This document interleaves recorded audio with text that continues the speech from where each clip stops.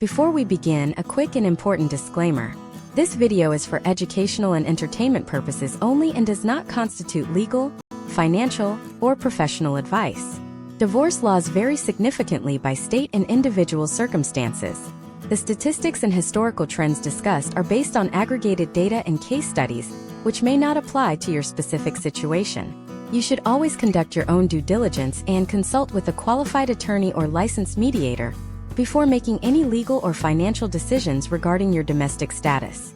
In the next 10 minutes, approximately 24 American couples will walk into a courthouse or a conference room to begin the process of ending their marriage. But here is the statistic that should stop you in your tracks. According to historical trends observed leading into 2026, couples who choose traditional litigation will spend an average of 18 months and over $30,000 fighting in a public courtroom, while those who opt for mediation often resolve their entire separation in less than 90 days for a fraction of that cost. However, the success of that mediation is not a coin flip. It is a calculated outcome dictated by one primary factor that most people completely ignore: age demographics. There is a silent statistical war happening between the generations. Gen Z is revolutionizing the way we uncouple, millennials are using mediation to protect their digital and liquid assets, and the silver splitters of the boomer generation are facing a mediation crisis that is threatening the very core of the American retirement system. If you are currently navigating a separation, or even if you are just curious about the shifting social fabric of the United States, you are likely operating on outdated information from 20 years ago. We are entering a new era where data, not just emotion, determines who walks away with their future intact and who gets buried under decades of legal debt. This video is designed as a deep dive masterclass to solve the most pressing problem facing American couples today: the lack of a clear, data-driven roadmap for conflict resolution. We are going to break down exactly how your age, your decade of birth, and your specific stage in life dictate your potential outcomes in the mediation room. We will analyze why a 30-year-old couple has a statistically higher chance of a successful mediation than a 50-year-old couple, and more importantly, how the 50-year-old couple can flip those odds in their favor by understanding the demographic pitfalls. By the end of this series, you will understand the historical trends of U.S. divorce, the economic impact of mediation across different life stages, and the step-by-step psychological barriers that each age group must overcome to reach a fair settlement. To understand where we are in 2026, we have to look at the massive shift in the American legal landscape. For decades, the default response to a failing marriage was lawyer up. This adversarial model was built on the idea of a winner and a loser. But the data has shifted. Mediation has moved from a fringe alternative to the primary method of dispute resolution in the United States. This shift is driven by a realization that the court system is overwhelmed, and that judicial officers are often less equipped to handle the nuances of a family's private life than the family itself. When we look at the statistical breakdown, we see that mediation now boasts a success rate, defined as reaching a full signed agreement, of over 75% across all demographics. However, that number is a broad average that hides a much more complex story. Let's look at the first demographic pillar: Gen Z and young millennials, those roughly between the ages of 22 and 34. This group represents a fascinating case study in efficiency-first uncoupling. Statistically, this demographic is less likely to own significant real estate assets or have complex pension plans compared to their older counterparts. Historical trends show that for this group, mediation is often centered on two things: pets and debt. Unlike the generation before them, Gen Z is entering mediation with high levels of student loan debt and a unique perspective on digital property, such as social media accounts, content libraries, and cryptocurrency portfolios. In this age bracket, the mediation process is often shorter, averaging only 3 to 5 sessions. The challenge here is not the complexity of the assets, but the volatility of the emotional state. Because these marriages are often shorter, the sunk cost fallacy is less prevalent, allowing for a faster resolution. However, without a deep dive into the long-term implications of their debt distribution, these younger couples often make fast decisions that have slow consequences for their credit scores over the next decade. Contrast this with the peak asset demographic, which includes Gen X and older millennials, aged 35 to 55. This is the demographic where mediation becomes a high-stakes chess match. This age group holds the bulk of American residential real estate and mid-career retirement savings. According to recent demographic surveys, this group faces the midlife mediation bottleneck. They are often dealing with the sandwich generation problem, balancing the needs of their children while simultaneously managing the expectations of aging parents. For this group, mediation isn't just about who gets the house. It's about a statistical projection of the next 20 years. How do you split a 401k that is halfway to its maturity? How do you mediate a parenting plan for teenagers who have their own schedules and opinions? The historical data suggests that mediation success in this bracket depends heavily on the transparency factor. Couples who enter the room with a full disclosure of digital and physical assets see a 40% increase in the likelihood of a settlement within the first 3 months. Those who hide assets or use the mediation room to litigate old emotional wounds see their potential outcomes dwindle as costs skyrocket. Then we have the most rapidly growing segment of the divorce market, the silver splitters, or those aged 55 and older. The statistics for this group are staggering. While divorce rates for younger people have stabilized or even declined in some regions, the rate of divorce for those over 50 has nearly doubled in the last few decades.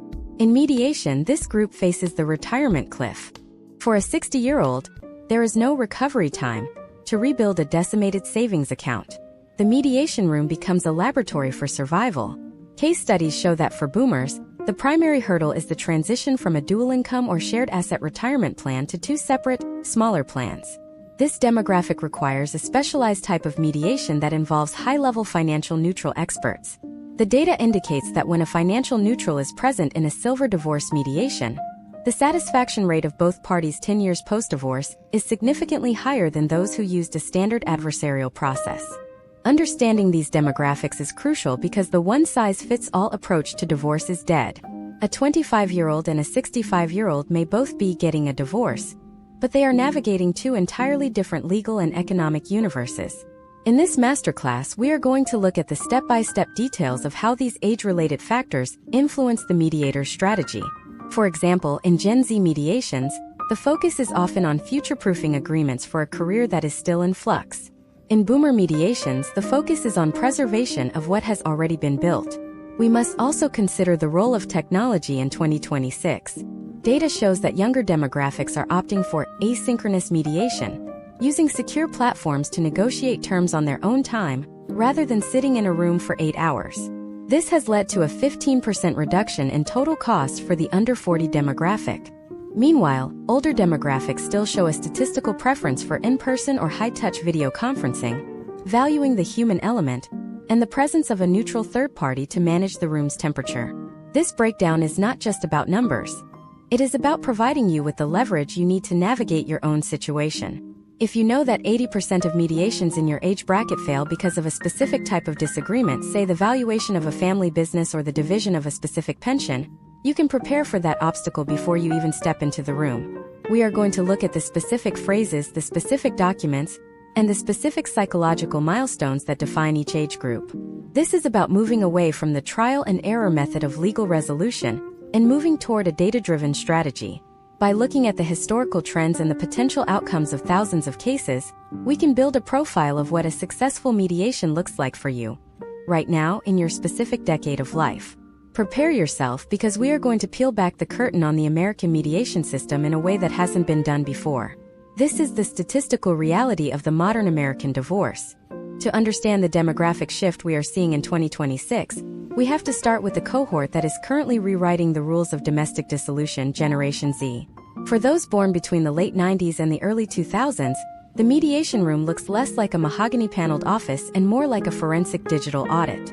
Historically, the primary concern for a couple in their 20s was the division of household goods and perhaps the equity in a used vehicle. However, historical trends observed in the first half of this decade show that the average 25-year-old American couple entering mediation is navigating a complex web of intangible assets. Imagine if you are a couple like Jordan and Avery, living in a high-rent district in Seattle in 2026. They have been married for 3 years. They do not own a home. In fact, they have intentionally avoided the traditional milestones of the previous generation. Instead, their net worth is tied up in a shared lifestyle brand on social media and a high-risk cryptocurrency portfolio. In a traditional courtroom, a judge might look at a social media account with 500,000 followers and struggle to assign a liquid value. But in a 2026 mediation session, the focus is on a step-by-step valuation of digital equity. We are seeing mediators bring in specialized digital appraisers to calculate the potential outcomes of future ad revenue, based on content created during the marriage.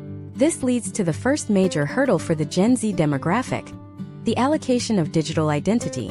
In this case study, Jordan and Avery must decide who retains the right to the brand name and the login credentials.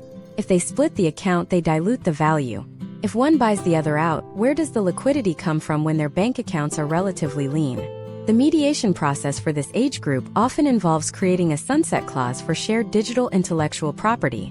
Historical trends suggest that for this younger bracket, the emotional weight of a pet often outweighs the emotional weight of financial assets. In 2026, many U.S. states have updated their statutes to treat pets more like children in a custody sense rather than simple property. Consequently, Gen Z mediation frequently includes a high-stakes negotiation over a pet parenting plan, complete with schedules for veterinary visits and the division of pet-related expenses. Transitioning into the older millennial demographic, those aged between 32 and 45, we encounter the interest rate lockdown of 2026. This is perhaps the most significant economic barrier in modern American divorce history. Imagine a couple, Michael and Elena, who purchased a home in the suburbs of Atlanta back in 2021 when interest rates were at historic lows. Now, in 2026, they are looking to separate. Under the old model, they would simply sell the house, split the equity, and each move into their own place. But the math in 2026 has changed. If they sell, they lose a 3% mortgage and will likely have to take on a 7 or 8% mortgage for a smaller, more expensive property. The data shows that this specific age demographic is currently the most likely to utilize a mediation strategy, known as the equity freeze. Instead of selling the home immediately, the mediator helps them craft an agreement where one party stays in the home to maintain the low interest rate for the sake of the children, while the other party receives a deferred payout of their equity. This requires a level of trust and detailed planning that the court system rarely facilitates. The step-by-step process involves a professional appraisal, an agreement on how future maintenance costs are shared, and a hard date for a future sale or refinance. Historical trends indicate that without mediation, these couples often find themselves in a financial stalemate that traps them in a toxic living situation because the cost of uncoupling is simply too high for their current income bracket. Furthermore, millennials are the first generation to deal with the mass-scale mediation of remote work expenses. In 2026, a significant portion of the U.S. workforce remains hybrid or fully remote. When Michael and Elena mediate their settlement, they aren't just talking about child support. They are talking about the division of home office equipment and the tax implications of living in different states while working for the same company. The mediation room must now account for who gets the tax write-offs for the home office and how to compensate for the loss of a shared high-speed infrastructure. As we move deeper into the statistical breakdown of the 35 to 45 age group, we see a massive spike in the mediation of future costs. This demographic is often in the peak of their child-rearing years. In 2026, the cost of higher education and specialized extracurriculars has outpaced inflation for over a decade. Mediation sessions for this group are increasingly focusing on the college contribution gap. Unlike previous generations who might have addressed college in a vague sentence in their decree, modern mediation involves a line-by-line projection of tuition costs and a binding agreement on how much each parent will contribute to a 529 plan over the next 10 years. Case studies show that couples who resolve these details in mediation are 60% less likely to return to court for post-decree litigation than those who leave the language ambiguous. Another critical factor for the millennial demographic is the emergence of the mid-career pivot. We are seeing more individuals in their late 30s and early 40s choosing to leave stable corporate jobs to enter the gig economy or start their own ventures. In a 2026 mediation, this creates a challenge for calculating long-term alimony. If one spouse is currently making $200,000 but plans to quit and start a consultancy with zero revenue, how does the mediator find a fair middle ground?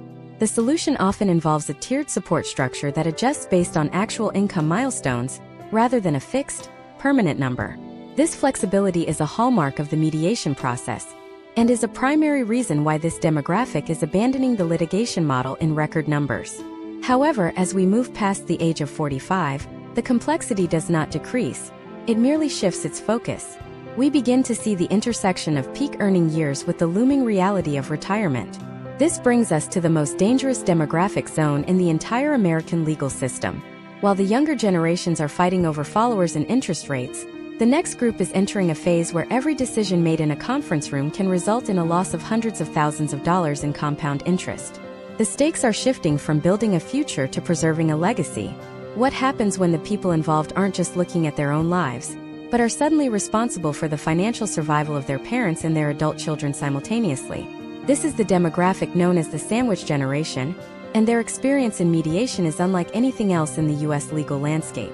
In the next part, we are going to look at the Gen X asset peak and why the years between 45 and 60 are the most statistically volatile for a mediation to fail. We will explore the secret role of the QDRO, the weaponization of the catch-up contribution, and why a specific type of retirement account is currently causing more mediation breakdowns than infidelity or irreconcilable differences. If you think the digital brand wars of Gen Z were complex, wait until you see the math behind the midlife asset split. The next chapter will reveal the hidden financial traps that are currently draining the wealth of the American middle class during divorce. The demographic hitting the 45 to 60-year-old mark in 2026 is currently navigating what sociologists and economists call the asset peak, and in the mediation room, this translates to the most mathematically dense negotiations in American history.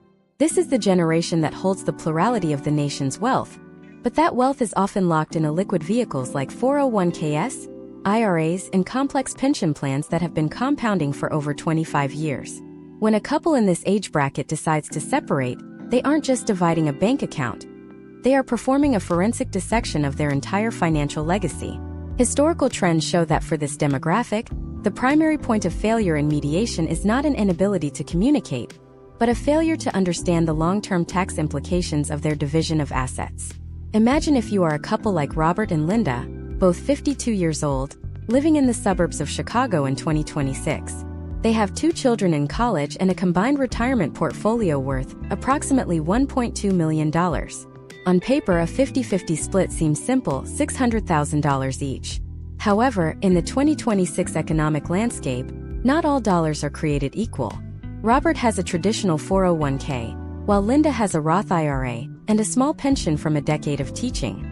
In a mediation session, the first step-by-step detail they must tackle is the tax-adjusted valuation. If Robert takes the 401k, he is taking an asset that will be taxed as ordinary income upon withdrawal. If Linda takes the Roth IRA, she is taking tax-free growth.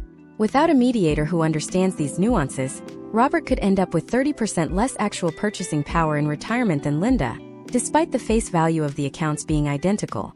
This leads us to the critical role of the Qualified Domestic Relations Order, or the QDRO. In the American legal system of 2026, the QDRO is the bridge that allows for the tax-free transfer of retirement funds from one spouse to another during a divorce. However, the potential outcomes of a poorly drafted QDRO are catastrophic. Historical trends indicate that roughly 15% of all post-divorce litigation for this age group stems from errors in retirement account division that weren't caught during the initial mediation. A deep dive mediation session for Gen X must include a specialized QDRO expert who can calculate the exact percentage of the marital portion of a pension. For example, if Robert started his job 3 years before he married Linda, that initial growth is separate property. The math becomes even more volatile when you factor in the market volatility of the mid-2020s. A mediator in 2026 must account for the specific date of valuation. Is it the date of separation, the date of the mediation, or the date of the final decree? In a fluctuating market, a 3-month delay in filing paperwork can result in a $50,000 swing in asset value. Beyond retirement, we must address the sandwich generation pressure. Robert and Linda aren't just looking at their own needs. They are the primary financial support for their aging parents and their young adult children. In 2026, the cost of long-term care for seniors has reached record highs in the United States. This age demographic often finds themselves mediating not just their own assets, but the responsibility for a parent's assisted living costs. A successful mediation in this bracket involves a step-by-step creation of a support sidecar agreement. This is a historical trend we are seeing where couples agree to maintain a joint fund specifically for the care of their parents, even after their marriage ends. This prevents the liquidation of their own retirement assets to cover emergency medical bills for an elderly family member, which would otherwise trigger a cascade of financial instability for both parties. Then there is the issue of the family business. Statistically, the 45 to 60 age group is the most likely to own a small to medium-sized enterprise. In 2026, business valuations are more complex due to the shift toward digital-first models and remote workforces.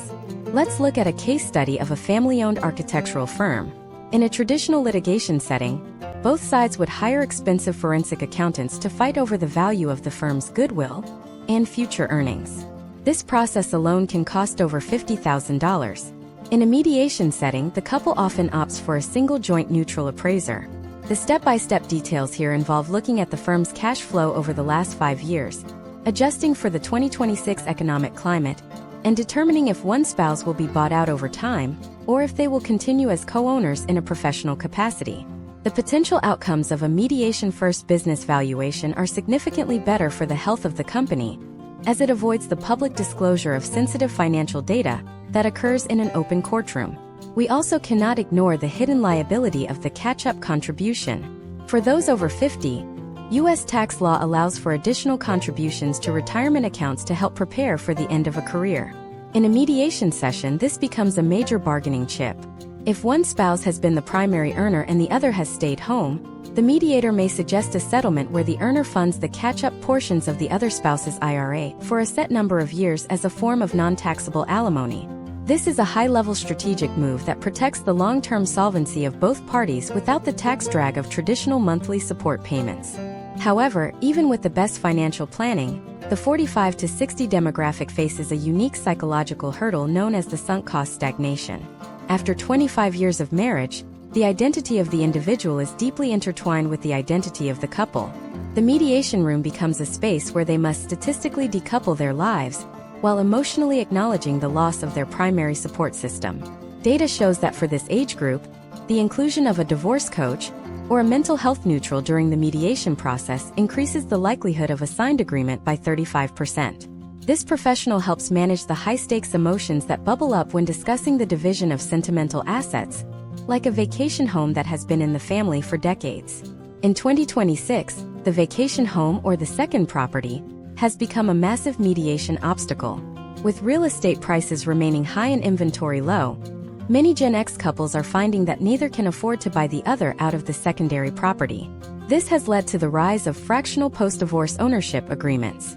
In these cases, the mediator helps the couple draft a contract where they both retain ownership of the beach house or mountain cabin, with a strict calendar for usage and a predefined formula for sharing maintenance costs and eventual sale profits.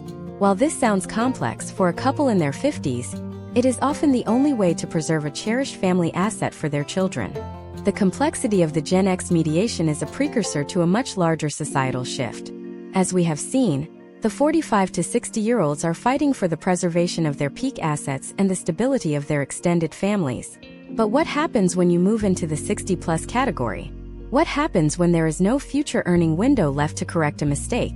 The stakes for the silver splitters are fundamentally different because they are dealing with a finite timeline. In the next part, we are going to dive into the world of Medicare mediation, the division of Social Security benefits, and the specific legal loopholes that are currently leaving thousands of American seniors in a state of divorce-induced poverty.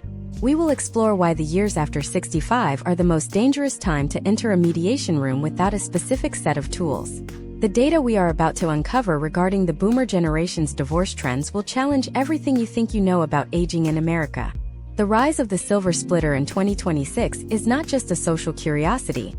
It is a full-blown economic phenomenon that is currently reshaping the American landscape. When we look at the data for individuals over the age of 60, we see a demographic that is uniquely vulnerable to the math of uncoupling. Historical trends suggest that while younger generations have the luxury of time to recover from a financial setback, the 60-plus cohort is operating on a finite timeline. In this demographic, a single error in a mediation agreement can be the difference between a comfortable retirement and spending one's final decades in a state of financial precariousness. This is why mediation for the boomer generation requires a level of forensic detail that far exceeds the needs of a 30-year-old couple. Imagine if you are a couple like Thomas and Margaret, both 68 years old, living in a retirement community in Arizona in 2026. They have been married for 42 years. Their children are grown, their house is paid off, and their lives are built on a complex architecture of Social Security benefits, pension payouts, and Medicare supplemental plans.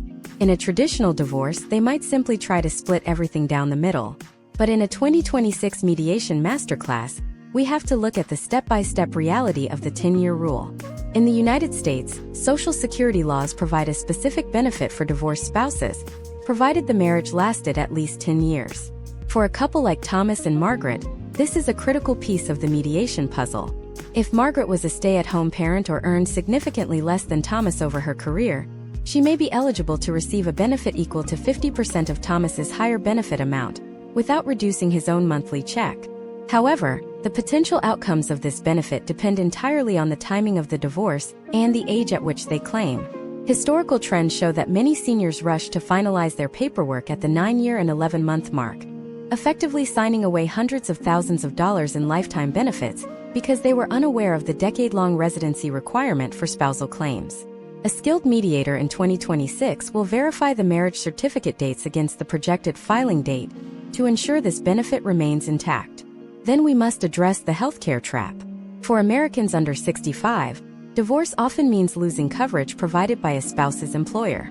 But for those over 65, the transition to Medicare creates a different set of obstacles. Imagine if Thomas was providing Margaret with a high-end supplemental insurance plan through his former employer's retirement package. Once the divorce is finalized, Margaret might find herself facing the standard Medicare coverage, which in 2026 still leaves significant gaps in long-term care and prescription drug costs. The step-by-step mediation process for this age group involves a deep dive into the cost of COBRA versus the cost of private supplemental plans. Case studies indicate that the cost of healthcare for a single senior can be 30% higher than for a married couple due to the loss of dual enrollment discounts and shared deductibles. Therefore, a fair mediation settlement for Margaret would need to include a specific health savings carve-out to account for this projected increase in living expenses. The issue of the marital home also takes on a different weight for the silver splitter. Historically, the home was the primary asset to be sold and split. However, in the 2026 real estate market, with high property taxes and the rising cost of maintenance, many seniors are finding that neither party can actually afford to keep the house alone, yet they also cannot afford to buy two separate smaller homes in the same community. This leads to the potential outcome of the property swap or the life estate agreement. In these scenarios, the mediator helps the couple negotiate a deal where one party stays in the home for a fixed period, perhaps until they reach age 80 or require assisted living, after which the home is sold and the proceeds are split according to a preset formula. This allows for stability in the short term while preserving the equity for the long term. We also have to consider the psychological and financial influence of the adult children. In 2026, we are seeing a historical trend where adult children are becoming active, though unofficial participants in their parents' mediation. These children are often concerned about their own future inheritance or, more practically, who will be responsible for the care of their parents as they age. A mediation session for Thomas and Margaret often involves a discussion regarding the long-term care insurance policy. Who pays the premium? Who is the beneficiary? If the policy was purchased with marital funds, it is a marital asset. If they let the policy lapse because they can no longer afford the premiums as two separate households, they are creating a massive financial risk for their children. The mediation room in 2026 must account for these multi-generational ripples. Furthermore, we must look at the specific math of a pension that is already in pay status. Unlike the 401k of a 50-year-old, which is still growing, a 68-year-old's pension is a fixed stream of income. Dividing this requires a specialized QDRO that accounts for survivor benefits. If Thomas dies 3 years after the divorce, does Margaret's portion of the pension vanish? Historically, many seniors have been blindsided by the cessation of payments because their mediation agreement did not explicitly require the election of a joint and survivor annuity. In 2026, the potential outcomes of failing to secure a survivor benefit are devastating, often leading to a 50% drop in income for the surviving ex-spouse overnight. The data for 2026 shows that women over 60 are significantly more likely to fall into poverty following a divorce than men. This is often due to the cumulative effect of the gender pay gap in years spent out of the workforce. To address this, mediation for the silver splitter demographic frequently utilizes the concept of the equalization payment, rather than a monthly alimony check, which can be unreliable if the pair has health issues or passes away. The parties might agree to an upfront transfer of a larger share of the liquid assets. This provides the lower-earning spouse with immediate security and removes the need for ongoing financial ties, which many seniors find emotionally taxing. As we analyze these step-by-step details, It becomes clear that the silver divorce is the ultimate test of the mediation model.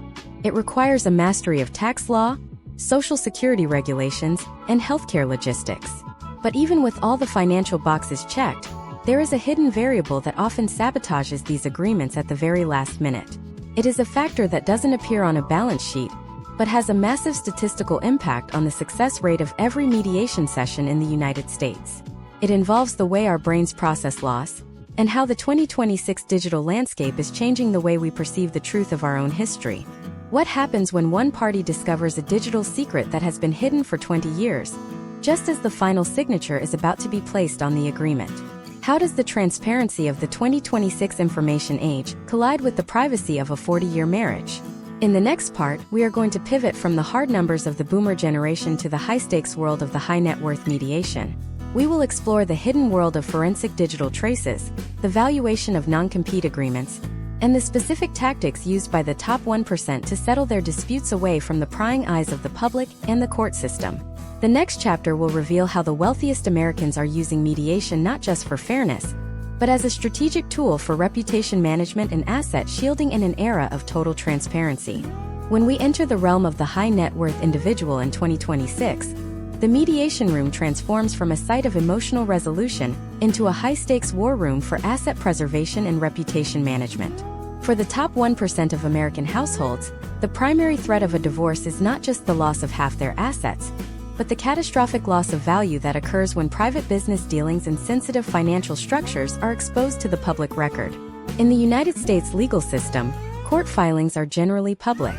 This means every line of an audit, every revealed offshore account, and every testimony regarding personal conduct can be accessed by competitors, journalists, and creditors.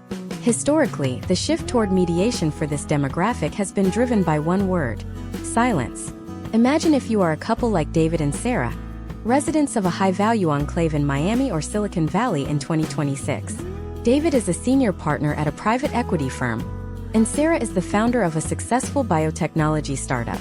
Their marital estate is valued at over $50 million, but the vast majority of that wealth is illiquid, tied up in carry interest, unvested stock options, and intellectual property. In a traditional litigation setting, a judge would require a public valuation of David's firm and Sarah's startup. This disclosure could inadvertently reveal trade secrets or devalue the firm's standing in the market. In 2026, the potential outcomes of such a public disclosure are so severe that high-net-worth mediation has become the standard operating procedure for the American elite. The step-by-step process for a high-net-worth mediation in 2026 begins long before the parties sit down with a mediator. It starts with the execution of a standstill agreement and a robust non-disclosure agreement. This legal framework ensures that every document exchanged and every admission made during the mediation remains strictly confidential. In 2026, these NDAs often include specific clauses regarding digital footprints, preventing either party from using social media or leaked communications as leverage. This is the first pillar of reputation management, ensuring that the uncoupling does not trigger a stock price dip or a loss of investor confidence. Once the privacy shield is in place, the mediation moves into the forensic discovery phase. In 2026, this is a highly technical process involving digital forensic neutrals. Unlike the standard mediation where parties simply bring their bank statements, David and Sarah's mediation involves the tracing of global assets. We are seeing historical trends where high-wealth individuals utilize complex layers of LLCs and family trusts to manage their wealth. The mediator's role here is to facilitate a transparent exchange of data without the adversarial posturing of a court-ordered subpoena. For David, this might mean revealing the internal valuation of his private equity, carry, that won't manifest for another 5 to 7 years. For Sarah, it means determining the marital portion of her startup's value, which is complicated by the fact that the company's true value is based on a pending patent for a 2027 product release. A critical and often overlooked element in 2026 high-net-worth mediation is the valuation of non-compete and non-solicitation agreements. Imagine David agrees to leave his current firm as part of the divorce settlement to avoid conflict. If he signs a non-compete that prevents him from working in private equity for 2 years, that agreement has a massive financial impact. The mediator must work with specialized economists to calculate the lost opportunity cost. This is human capital valuation at its most complex. The potential outcome is a structured settlement where Sarah might receive a larger share of current liquid assets to compensate for David's projected future earnings once his non-compete expires. This level of nuanced financial engineering is virtually impossible to achieve in a 15-minute hearing before a family court judge. Furthermore, we must address the 2026 reality of the family office. For ultra-high net worth couples, their lives are managed by a dedicated team of professionals, accountants, lawyers, and investment advisors. Mediation in this demographic often involves these professionals as neutral participants. The mediator facilitates a series of sessions where the family office presents a unified view of the estate's tax exposure. In the United States, the tax implications of transferring high-value assets like art collections, private jets, or commercial real estate can be staggering. A step-by-step mediation plan for David and Sarah includes a tax optimization strategy. This might involve the creation of a new series of trusts that allow for the transfer of wealth to each other or their children without triggering a massive capital gains event or an estate tax trap. Case studies from 2025 and 2026 show that couples who mediate these tax strategies save an average of 12 to 18% on the total cost of their separation, compared to those who let a judge decide the distribution. Then there is the issue of lifestyle clauses and behavioral covenants. In 2026, the public persona is a tangible asset. For a couple like David and Sarah, a scandal can be more expensive than a lawsuit. High net worth mediation sessions now frequently include the drafting of quiet clauses. These go beyond standard non-disparagement agreements. They outline specific expectations for public behavior, social media usage, and even the timing of future public relationships. The goal is to protect the brand value of the individuals and their businesses. If Sarah's startup is heading toward an IPO, the mediation agreement will include strict protocols on how the divorce is announced to the board and the public to ensure stability. We also see a fascinating trend in 2026 regarding the mediation of luxury physical hedges. In a volatile economy, many high net worth couples have moved significant wealth into hard assets, rare watches, blue-chip art, and classic automobiles. These are not just hobbies, they are diversified investment portfolios. The mediation of these items requires specialized appraisers who understand the 2026 global market. For instance, how do you split a collection of 10 rare timepieces when their value has fluctuated by 20% in the last 6 months? The mediator helps the couple decide whether to sell the collection and split the proceeds, or to allocate specific pieces based on their projected future appreciation. As we look at the complexity of these high-stakes negotiations, it becomes clear that for the wealthy, mediation is a defensive financial strategy. It is about maintaining control over a narrative and a fortune that took decades to build. However, as we move away from the world of $50 million estates, we encounter a much more common, yet equally dangerous demographic challenge. While the wealthy are shielding their assets, the American middle class is currently facing a different kind of crisis in the mediation room. What happens when the mediation isn't about dividing wealth, but about dividing a mountain of hidden debt? In 2026, the average U.S. household is navigating a minefield of buy now, pay later liabilities, student loans, and secret credit lines that often only surface during the disclosure phase of a divorce. This debt bomb is currently the leading cause of mediation failure for the 30 to 50 age demographic. In the next part, we are going to dive into the forensic reality of the middle-class debt split. We will examine the step-by-step process of unlinking shared credit scores, the legal reality of innocent spouse relief, and the historical trends of how the 2026 debt crisis is forcing mediators to become debt restructuring experts. The shift from asset splitting to liability loading is the next frontier in our demographic deep dive. And the data is a sobering wake-up call for anyone who thinks their finances are simple. The middle-class debt split is the defining financial crisis of American divorce in 2026. While the media often focuses on the division of multi-million-dollar estates, the statistical reality for the vast majority of U.S. couples, aged 30 to 50, is an aggressive negotiation over negative net worth. In the decade leading up to 2026, the architecture of American consumer debt changed. It transitioned from large, easily identifiable liabilities like a single primary mortgage or a car loan into a fragmented, high-velocity web of microdebts. Historical trends show that the average middle-class household now carries a combination of traditional credit cards, student loans, and a staggering amount of buy now pay later obligations that are often hidden from one spouse until the moment the mediation disclosure forms are served. Imagine if you are a couple like Chris and Jessica. living in a suburban neighborhood outside of Dallas in 2026. Both are in their early 40s, both work full-time corporate jobs, and to their neighbors they appear to be the picture of financial stability. However, as they enter the mediation room, the forensic reality begins to surface. Chris has been managing the household finances, but beneath the surface, he has utilized multiple buy now pay later platforms to fund home repairs and lifestyle expenses, accumulating $25,000 in high-interest microloans that do not appear on a traditional credit report. Jessica, meanwhile, is still carrying $80,000 in student loan debt from a graduate degree earned during the marriage. In 2026, the question in mediation is no longer how to split the equity in the house, because that equity has been eroded by a home equity line of credit used to stay afloat, but rather, who is legally and ethically responsible for the mountain of paper. The step-by-step process of mediating this debt bomb starts with the classification of marital versus separate debt. In the United States, the general historical trend in many states is that debt incurred for the benefit of the marriage is a joint responsibility. However, the mediation room in 2026 is seeing a rise in the use of the wasteful dissipation argument. If Jessica can prove that Chris's microloans were used for expenses that did not benefit the family unit, the mediator may facilitate a settlement where Chris takes sole responsibility for that specific liability. This requires a granular line-by-line audit of digital bank statements and app-based spending. The complexity here is immense because, unlike a single credit card statement, these platforms often mask the nature of the purchase. The mediation process must then involve a forensic categorization of every transaction over a 3-year period. Once the debt is classified, the next critical step is the debt restructuring phase. This is where the potential outcomes of mediation far outshine the rigid decisions of a courtroom.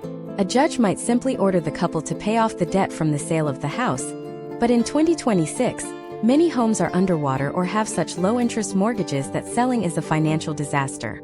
Instead, a mediator helps Chris and Jessica look at the debt-to-income ratios for their future as single individuals. They might utilize a strategy known as the liability loading swap. In this scenario, Chris might agree to take on a larger share of the credit card debt in exchange for a smaller alimony obligation or a larger share of a liquid asset like a savings account. This is a strategic move because it allows the party with the higher credit score to manage the high-interest debt, preventing a total collapse of both parties' financial futures. We must also look at the psychological and legal trap of the joint credit card. In 2026, the U.S. credit reporting system is more sensitive than ever. Even if a mediation agreement states that Chris is responsible for a joint Visa card, the credit card company is not a party to that agreement. If Chris misses a payment, Jessica's credit score will plummet. A sophisticated 2026 mediation includes a step-by-step credit unlinking protocol. This involves the immediate closing of all joint accounts and the transfer of balances to individual cards before the final decree is signed. If one party lacks the credit score to take on the balance, the mediator may suggest a secured loan or a structured payout from the other spouse's share of a retirement account. Case studies show that couples who fail to unlink their credit during mediation see a 40% higher rate of post-divorce litigation due to one party's default on shared debt. Then there is the issue of student loans, which in 2026 remain a primary source of friction for the 30 to 50 demographic. Historical trends indicate that when one spouse supports the other through medical or law school, the degree itself is sometimes considered a marital asset in certain jurisdictions, or at least a factor in determining future earning capacity. In Chris and Jessica's case, the $80,000 in student debt is legally Jessica's, but because the degree increased her earning power during the marriage, Chris may argue for a reduction in his support obligations. The mediation room becomes a space for a sophisticated economic trade-off. They may agree that Jessica keeps her debt but waives her right to a portion of Chris's 401k. This allows for a clean break that avoids the long-term entanglement of monthly reimbursement payments. Another rising trend in 2026 is the mediation of the tax liability gap. With the rise of the gig economy and side hustles, many middle-class couples are entering divorce with unpaid back taxes or incorrectly filed returns. In a mediation session, this is handled through the Innocent Spouse Relief Framework. The mediator helps the couple determine if one party was unaware of the other's tax errors. By addressing this in mediation, the couple can jointly file for relief from the IRS, rather than fighting about it in court where the government might simply seize assets from both. This collaborative approach to tax debt is a hallmark of the 2026 mediation model, focusing on minimizing the total loss to the family unit rather than assigning blame. The data suggests that for the middle class, the goal of mediation has shifted from wealth building to damage control. Success is defined as exiting the marriage with the credit score intact and a manageable debt-to-income ratio. This requires a transition from emotional thinking to actuarial thinking. If Chris and Jessica can move past the anger of the hidden debt and see the mediation as a joint restructuring of a failing corporation, they can avoid the secondary trauma of a post-divorce bankruptcy. However, as we solve the riddle of the debt split for the middle-aged, we run into a different demographic wall. There is a specific age group that isn't just dealing with debt or assets. They are dealing with the most volatile variable in the American legal system: the future. While the 40-year-olds are unlinking their credit, a younger cohort is unlinking their entire life trajectory before it has even stabilized. The Gen Z and early millennial demographic are currently pioneering a form of mediation that is less about what they have and more about what they might become.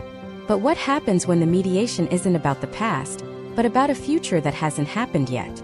How do you mediate the value of a career that is still in its infancy, or the custody of children who haven't even started school?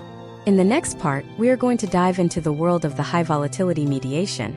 We will examine the step-by-step reality of the preemptive divorce, the rise of the social media morality clause, and the specific ways that the under-30 demographic is using mediation to protect their future influencer or entrepreneurial earnings. We will reveal the data on why these early career divorces are actually the most legally complex of all, and how a single phrase in a 2026 mediation agreement can alter the course of a 30-year career. The stakes are shifting from the bank account to the potential, and the math is getting even more aggressive. The shift toward high-volatility mediation in 2026 is most prominent among the cohort under the age of 30. This is a demographic that often enters the mediation room with very little in the way of traditional liquid assets, but an enormous amount of speculative value. In the United States, historical trends suggest that for Gen Z and the youngest millennials, the divorce mediation process is less a postmortem of a decades-long union and more a strategic realignment of two independent trajectories that briefly intersected. We are seeing a massive rise in what is being termed the human capital split. This is a scenario where the mediation does not focus on the 401k or the equity in a suburban home, but on the potential earnings of a professional degree, a growing digital platform, or a founder's interest in a pre-revenue startup. Imagine if you are a couple like Tyler and Brianna, living in a tech hub like Austin or Charlotte in 2026. They are both 27 years old and have been married for 4 years. Tyler is a senior software engineer who spent the marriage developing a proprietary algorithm for a fintech application on the side. Brianna is a lifestyle content creator with a rapidly growing audience of 3 million followers across various platforms. They have no children and live in a high-end rental. In a 1996 divorce, this would have been a simple walk away. In 2026, it is a legal and economic minefield. The step-by-step mediation for Tyler and Brianna begins with the valuation of Tyler's side project. Historical trends in 2026 indicate that intellectual property created during the marriage, even if it hasn't been monetized yet, is frequently considered marital property. A mediator in this scenario must bring in a neutral intellectual property appraiser to determine the potential outcomes of that algorithm's future licensing. If Tyler is on the verge of selling his code to a major bank, Brianna may be entitled to a percentage of that future windfall. However, calculating the present value of a future maybe is where most mediations for this age group fail. The solution we are seeing in 2026 is the implementation of a sunset participation clause. Instead of an immediate cash buyout that Tyler cannot afford, the agreement specifies that Brianna will receive a declining percentage of the algorithm's revenue over the next 3 to 5 years, allowing Tyler to retain ownership while Brianna is compensated for her support during the development phase. Simultaneously, we have to look at the Brianna problem, the valuation of a personal brand. In 2026, a social media account is a business. Brianna's income is tied to her likeness, her engagement rates, and her digital archive. A case study from early 2026 involving a similar influencer couple showed that the primary point of contention was the digital library. If Brianna created 100 videos during the marriage that are still generating passive ad revenue, is Tyler entitled to half of that ongoing stream? The mediation process involves a deep dive into the analytics. The mediator helps the couple distinguish between the value of the archive, the past work, and the value of the persona, the future work. The historical trend for 2026 suggests that the archive is split like a traditional royalty stream, while the persona remains the separate property of the individual. This brings us to the most controversial element of modern under-30 mediation, the social media morality and non-disparagement clause. For Tyler and Brianna, their reputations are their currency. If Tyler goes on a viral rant about Brianna after the divorce, her brand value could plummet, costing her hundreds of thousands in lost sponsorship deals. Conversely, if Brianna portrays Tyler as a villain to her 3 million followers, his career in the corporate fintech world could be compromised. In 2026, mediation agreements for this demographic are becoming increasingly granular. They include specific liquidated damages for social media posts that violate a non-disparagement agreement. A step-by-step drafting process involves defining what constitutes a post, how long a story can stay up, and the exact dollar amount that must be paid per violation. This isn't just about hurt feelings. It is about protecting a volatile asset from market-moving negativity. We must also address the rise of pre-embryo and genetic material mediation for this age group. In 2026, many young U.S. couples have utilized fertility preservation services. If Tyler and Brianna have frozen embryos, the mediation room is the only place where they can navigate the ethical and legal complexities of their future use without a public court battle. The data shows that judicial rulings on embryos are inconsistent and often lead to years of appeals. Mediation allows the couple to create a private, binding agreement on whether the embryos will be destroyed, donated, or used by one party with specific support waivers. This is the ultimate example of mediating the future. Furthermore, we are seeing the emergence of the career support reimbursement model. In 2026, it is common for one young spouse to work a low-paying job to support the other through a high-intensity period, like medical residency or a startup launch. If the marriage ends just as the high-earning phase begins, the supporting spouse often feels cheated out of the return on investment. Mediation in 2026 uses an actuarial approach to solve this. They calculate the total financial contribution of the supporting spouse and the opportunity cost of their deferred career. The potential outcome is often a lump sum reimbursement alimony that is paid out over 24 months, specifically designed to allow the supporting spouse to go back to school or pivot their own career. This model avoids the lifelong entanglement of traditional alimony, which this demographic statistically finds outdated and restrictive. The data for 2026 also reveals a shift in parenting plans for those who do have young children. The under 30 demographic is pioneering the 2-2-5-5 schedule and the bird nesting model with a level of digital precision that previous generations lacked. They use shared calendar apps and expense tracking platforms to automate the mediation agreement. The agreement isn't just a PDF, it's a digital framework. Mediation for these young parents focuses on right of first refusal for childcare and the specific division of influencer rights for the children, determining if and how the children can appear in monetized social media content. This is a new frontier in U.S. family law that only mediation is currently equipped to handle. As we look at these high-volatility cases, the pattern is clear. For the young, mediation is a tool for rapid decoupling, so they can restart their lives with their professional potential intact. They are less interested in the why of the past and more focused on the how of the next 30 years. Success in these sessions is measured by the speed of the agreement and the lack of future hooks that could drag them back into conflict as their wealth grows. But as we master the complexities of the digital brand and the startup exit, we must face the reality that not all mediations are handled by humans in a room. In 2026, a new variable has entered the statistical breakdown, one that is changing the speed and the cost of divorce for every demographic we have discussed. It is a variable that promises total objectivity, but carries hidden risks that most couples are only beginning to understand. What happens when the mediator isn't a person but an algorithm? In the next part, we are going to explore the rise of AI-assisted mediation and automated settlement engines in the U.S. We will look at the data on how machine learning is predicting settlement ranges, the step-by-step process of the no-human divorce, and the specific traps that occur when you trade human empathy for algorithmic efficiency. We are moving into the era of the instant divorce, and the historical trends of 2026 show that the results are anything but predictable. The machine is in the room now, and it's time to see what it's doing with your data. The arrival of artificial intelligence in the United States mediation landscape of 2026 has transformed the conference room from a site of emotional negotiation into a laboratory of predictive analytics. While the older generations may still view the idea of an algorithm deciding their financial future with skepticism, the data shows a massive shift in adoption.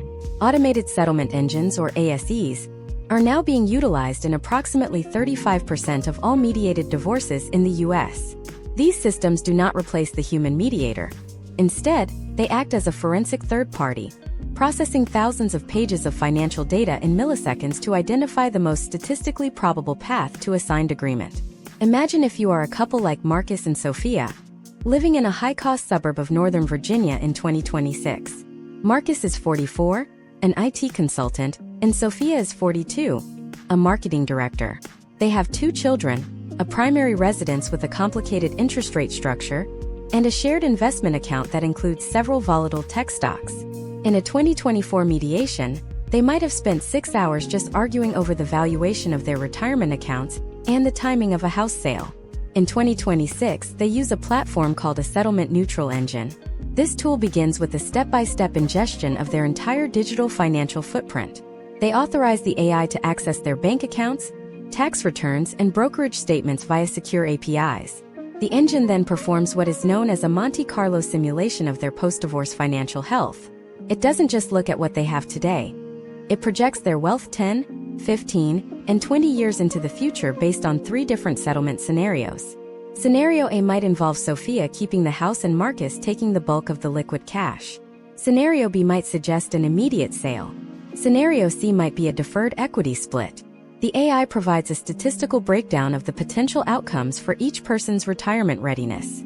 For Marcus and Sophia, the AI identifies that if Sophia keeps the house under the current 2026 tax code, her long-term liquidity will drop below a safe threshold by age 62. This objective data removes the emotional, "I want the house" argument and replaces it with the mathematical, "I cannot afford the house" reality. Historical trends indicate that when couples are presented with these high-fidelity financial projections, the time spent in active dispute drops by over 50%. However, the 2026 shift goes deeper than just spreadsheets. We are now seeing the integration of sentiment analysis in mediation.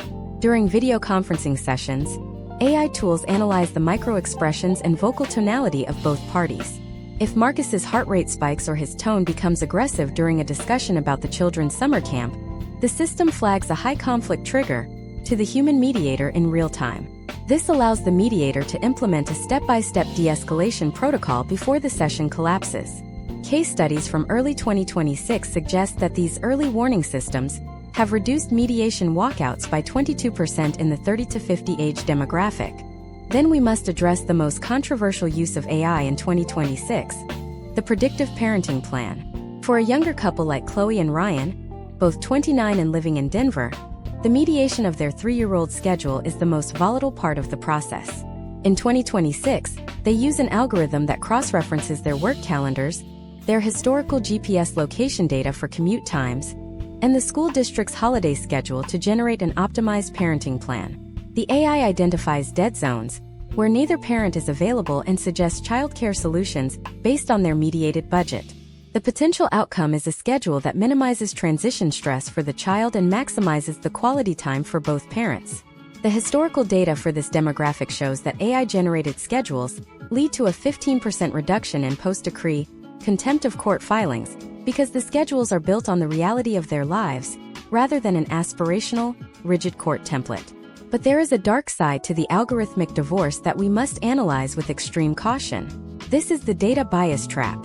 AI engines are trained on historical court data. In the United States, that historical data often contains systemic biases regarding gender roles and earning capacities from the early 2000s. If an AI looks at 20 years of California divorce settlements, it might learn that women should receive lower shares of business equity, or that men should have less primary custody.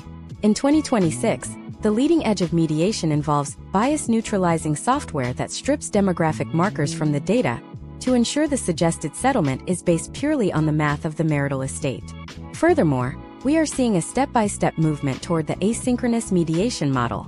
In this 2026 framework, the couple never actually sits in a room together. They interact with an AI-guided portal that prompts them for information, identifies areas of agreement, and isolates the gap items for a human mediator to handle in a final 30-minute session. For the digital native Gen Z demographic, this is becoming the preferred method of uncoupling. It removes the face-to-face friction and allows them to process the legal logistics at their own pace. Statistics show that the cost of these AI-driven hybrid mediations is roughly 60% lower than traditional in-person sessions. making professional-grade legal resolution accessible to a much wider segment of the U.S. population. We also have to consider the security of this data. In 2026, a divorce leak is a major concern. High-profile individuals are now insisting on on-premise AI mediation, where the data never leaves a local, encrypted server. This protects the forensic traces of their financial lives from the rising threat of digital extortion. The mediation agreement itself is now being encoded into a smart contract on a private blockchain. This ensures that the terms, such as the transfer of a specific amount of cryptocurrency or the auto-execution of a house sale, are triggered by verified events without the need for further legal intervention. The historical trend is clear. We are moving toward a zero-friction divorce model for the middle and lower middle class. The AI provides the objectivity that the human ego often lacks. It tells you exactly where you will be in 20 years if you choose anger over math. But as we embrace this algorithmic efficiency, we are uncovering a psychological phenomenon that the machines cannot solve. It is a demographic trend that spans from the 20-year-olds to the 80-year-olds, and it is the single greatest predictor of whether a mediation will actually hold together in the real world. What happens when the math is perfect? The AI has spoken, and the signatures are dry, but the social reality of the United States in 2026 intervenes. We are seeing a massive spike in mediation remorse among a specific demographic that feels the machine ignored the moral cost of the split. In the next part, we are going to dive into the psychological breakdown of the mediation aftermath. We will look at the data on why settlements fail in the first 18 months post-divorce, the role of social media envy in reopening closed cases, and the specific steps you must take to ensure your agreement survives the scrutiny of your future self. We are moving from the technology of the room to the psychology of the survivor, and the statistics on who thrives and who collapses after the mediation is over will surprise you. The battle doesn't end when the mediator leaves. For many, that is exactly when the real statistical struggle begins. The psychological fallout of the mediation process often manifests as a delayed onset financial and emotional tremor that many American couples are unprepared to handle. In the United States legal landscape of 2026, we have identified a statistical phenomenon known as the 18-month cliff. Historical trends suggest that nearly 20% of mediated agreements face some form of legal challenge or informal renegotiation within the first 540 days after the final signatures are dry. This is not necessarily because the mediation was poorly handled by the professional, but because the human brain is statistically prone to a bias called hindsight regret once the immediate crisis of the separation has passed. During the actual mediation, both parties are often in a state of high-stress survival, primarily focused on ending the conflict. This leads to what professionals call the peace-at-any-price fallacy, where individuals agree to terms that are sustainable in a vacuum but fail when subjected to the friction of the real world. Imagine if you are a couple like Daniel and Melissa, living in a metropolitan area like Chicago in early 2026. They utilized a high-speed mediation service to settle their 8-year marriage, feeling proud of their efficiency and their ability to stay out of a courtroom. They split their assets 50-50 and agreed on a fixed monthly support amount based on their 2025 earnings. However, by late 2026, the economic reality of the current inflation cycle began to bite. Daniel received a significant merit-based bonus at his engineering firm, while Melissa's costs for health insurance and urban housing skyrocketed beyond the projections they used in the mediation room. Melissa looked back at the mediation agreement through the lens of her current struggle and felt the settlement was predatory, despite it being a mutual decision made only months prior. This shift in perspective is the leading cause of post-mediation friction in the 30 to 45 demographic. It is a psychological transition from relief to resentment that occurs once the dust settles. We cannot ignore the influence of the digital echo chamber in this post-mediation phase. In 2026, the average American spends over 4 hours a day on social platforms, and for a recently divorced individual, these platforms act as a laboratory for toxic comparison. When Melissa sees Daniel posting photos of a high-end vacation or a new vehicle, the statistical outcome is a spike in perceived injustice. The data indicates that individuals who follow their ex-spouses on social media or maintain common digital circles are 60% more likely to attempt to reopen their mediation case than those who maintain a strict digital distance. This is why modern mediation in the United States now frequently includes a step-by-step digital transition plan. This plan recommends a period of mutual non-interaction on social media to allow the financial and emotional boundaries of the agreement to solidify without the interference of curated life updates. The demographic breakdown of who thrives post-mediation is equally revealing. For Gen Z, the primary hurdle is the loss of the shared economy. We are seeing a historical trend where young adults struggle with the transition from a dual-income household to a single-income life, in an era of high urban rent. Their mediation agreements often lack a safety net for professional pivots, and when one person loses a gig economy contract 6 months after the divorce, the entire agreement can collapse. On the other end of the spectrum, the boomer generation faces what we call the loneliness tax. In 2026, the cost of single living for seniors is nearly 40% higher than for couples when you factor in the loss of shared caregiving and the increase in external service costs like home maintenance and professional transportation. Statistics show that silver splitters who do not engage in a post-mediation social reintegration program experience a faster depletion of their mediated assets due to these unforeseen lifestyle costs. To counter the 18-month cliff, the most successful mediations in 2026 are utilizing a tool called the Post-Decree Operating Manual. This is not just a legal document. It is a step-by-step logistical guide designed for the years ahead. It covers the micro-details that historical trends show cause the most conflict: who pays for the unplanned dental bill, how to handle the child's lost electronics, and the exact protocol for shifting a weekend schedule when a work emergency arises. By pre-negotiating these minor friction points, couples reduce the cumulative irritation that leads to a total collapse of the agreement. The data is clear. Couples who leave the mediation room with a defined conflict resolution protocol have a 75% higher rate of long-term compliance than those who rely on vague language like is mutually agreed upon. Another critical factor in post-mediation survival is the immediate execution of the financial transfers. In 2026, we see many cases where the agreement is signed, but the actual qualified domestic relations orders or property deeds are not filed for months due to administrative lethargy. This creates a state of financial limbo that is statistically dangerous. If the stock market fluctuates or a property value shifts during this delay, the mediation agreement becomes a source of instant resentment. A step-by-step detail for a successful re-entry involves an immediate, 14-day checklist for the physical transfer of all liquid assets. Historical trends show that the faster the assets are physically separated, the faster the psychological healing begins. Furthermore, we must address the new partner variable. Data shows that the introduction of a new romantic partner within the first year post-mediation is the single greatest catalyst for an ex-spouse to seek a legal modification of the original agreement. The emotional reaction to a third party benefiting from the marital assets, even indirectly, often overrides the logic of the mediation. In 2026, sophisticated mediators are facilitating discussions about how future partners will be introduced and what role they will play in the financial ecosystem of the children.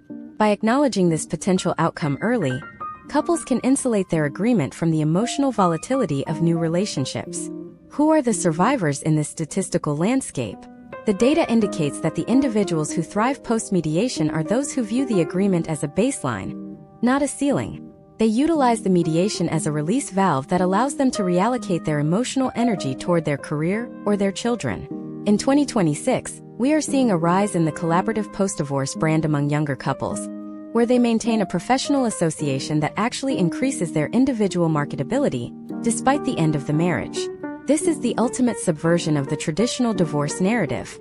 As we look at the survivors and the casualties of the 2026 mediation boom, we have covered the digital assets of the young, the debt bombs of the middle class, the retirement cliffs of the seniors, and the high-tech algorithms that are now sitting in the room. We have seen how geography, wealth, and age create a complex matrix of potential outcomes. But after analyzing thousands of data points and case studies, we have discovered that there is one final variable. It is a variable that is more powerful than an AI algorithm, more influential than a $50 million estate, and more predictive of success than any demographic marker we have discussed so far. What is the one thing that determines if you walk away with your future intact or if you spend the next decade in a cycle of litigation? It is a factor that most lawyers don't talk about and most mediators don't measure, yet it is the silent engine behind every successful uncoupling in America. In the final part of this deep dive masterclass, we are going to reveal the great equalizer. We will look at the ultimate statistical secret of the 2026 divorce landscape, the one thing that can save a failing mediation, even when the numbers don't add up. We are reaching the end of the roadmap, and the final revelation will change the way you look at every relationship in your life. The conclusion of the statistical breakdown is next, and it is the only thing you truly need to know before you sign that final document. The great equalizer in the 2026 American divorce landscape is a variable that economists call voluntary information parity. After examining the data across every age group, from the 21-year-old influencers in Los Angeles to the 75-year-old retirees in Florida, the statistics reveal a singular truth. The success of a mediation is not determined by the size of the bank account or the complexity of the legal statutes, but by the speed and transparency of the data exchange. In the high-stakes environment of 2026, where digital assets are hidden in encrypted wallets and traditional assets are obscured by complex tax structures, the decision to practice radical transparency is the only factor that consistently overrides the negative statistical trends of every demographic. Imagine if you are a couple like Anthony and Olivia, a 40-year-old pair living in the high-growth corridor of Charlotte, North Carolina.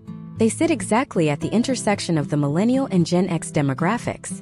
They have 2 children, a primary residence with significant equity, and a portfolio that includes traditional 401ks, alongside a series of private equity investments that Olivia managed through her career in fintech. Under the traditional adversarial model, Anthony's legal team would spend 6 months and $20,000 in discovery fees just to unearth the true value of those private equity holdings. This creates a historical trend of defensive positioning, where Olivia feels the need to protect her career achievements and Anthony feels the need to uncover a hidden windfall. However, if Anthony and Olivia apply the principle of voluntary information parity, the mediation undergoes a statistical transformation. They utilize a 2026 secure settlement dashboard, a neutral digital environment where both parties upload every financial document, unfiltered and unredacted, within the first 72 hours of the process. The data from 2025 and 2026 shows that couples who reach full disclosure parity within the first week of mediation have an 88% higher chance of reaching a final signed agreement without ever stepping foot in a courtroom. For Anthony and Olivia, this step-by-step transparency removes the suspicion that fuels the litigation engine. When the numbers are laid bare, the mediation stops being a game of hide-and-seek and becomes a collaborative engineering problem. This leads us to the final, most critical phase of the deep dive, the final signature milestone. For every age demographic, there is a psychological wall that appears in the last 48 hours before the agreement is finalized. The statistics show a massive spike in heart rate and cortisol levels during the final review of the mediated settlement. For the 20-something Gen Z couple, this manifests as a fear of missing out on future brand growth. For the 60-something silver splitter, it manifests as a fear of outliving their remaining assets. To navigate this, the 2026 Mediation Masterclass introduces the stress test simulation. Before Anthony and Olivia sign their final document, the mediator runs a series of potential outcomes through a 2026 economic model. They simulate a 20% drop in the housing market, a 5% increase in inflation, and a career pivot for the primary earner. By looking at the math of their future as separate entities under these stress conditions, the couple moves from a state of emotional fear to a state of data-driven confidence. The potential outcomes are no longer scary ghosts. They are managed risks. This step-by-step validation is why 2026 mediation is achieving a lower rate of post-divorce regret than any other method of separation in U.S. history. We must also analyze the historical trends of the social capital split. In the final hours of mediation, the discussion often turns to the division of shared social networks and community standing. For the middle-aged demographic, this is where the mediation can still fail if not handled with precision. A case study from 2026 involving a high-profile couple in the Atlanta suburbs showed that the mediation nearly collapsed over the rights to a specific country club membership and the social narrative of the divorce. The solution was a documented social conduct agreement. This is a 2026 trend where the parties agree on a joint statement for their community and a protocol for shared social events over the next 24 months. The data suggests that preserving one's social capital is just as important for long-term psychological health as preserving one's financial capital. Let's re-examine the demographic roadmap one last time to ensure you have the full picture. For the Gen Z and young millennial cohort, the secret to mediation success is the clean digital break, ensuring that intellectual property and future earning potential are decoupled with surgical precision. For the peak asset Gen X group, the secret is the tax-optimized equity swap, using the 2026 tax code to move value without triggering unnecessary government oversight. For the silver splitters, the secret is the healthcare and social security bridge, ensuring that the 10-year rule and Medicare supplemental costs are accounted for in every line of the budget. As we look at the broader American society in 2026, the move toward mediation is a move toward a more sustainable form of social reorganization. The court system was never designed to handle the complexity of modern digital lives or the nuanced emotional needs of a diverse population. Mediation, empowered by the data and tools we have discussed in this series, offers a path that prioritizes the future over the grievances of the past. The statistical breakdown is clear. The most successful people in the 2026 legal system are those who refuse to be victims of it. They take control of their own data, they understand the historical trends of their specific age group, and they use the mediation room as a space for strategic rebuilding. However, reaching the end of the mediation process is not the end of the journey. It is merely the end of the conflict phase. Once the ink is dry on your 2026 mediated settlement, you enter the most volatile period of your new life, the wealth recovery phase.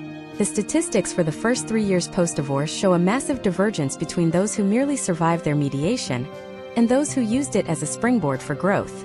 There is a specific set of financial and psychological milestones that occur in months 6, 12, and 18 that will determine your net worth in 2030. How do you transition from a mediated agreement to a high-growth solo financial life? What are the specific investment strategies that the 2026 data shows are most effective for recently uncoupled individuals across different age brackets? And perhaps most importantly, how do you protect your new mediated assets from the next wave of economic shifts? The mediation was the foundation, but the house you build on top of it is what matters now. In our next deep dive series, we are going to look at the post-divorce economic recovery, focusing on the specific steps to rebuild your credit, your portfolio, and your personal brand from the ground up. The road ahead is long, but for the first time you have the data to drive it. Your new chapter starts exactly where the mediator's signature ends.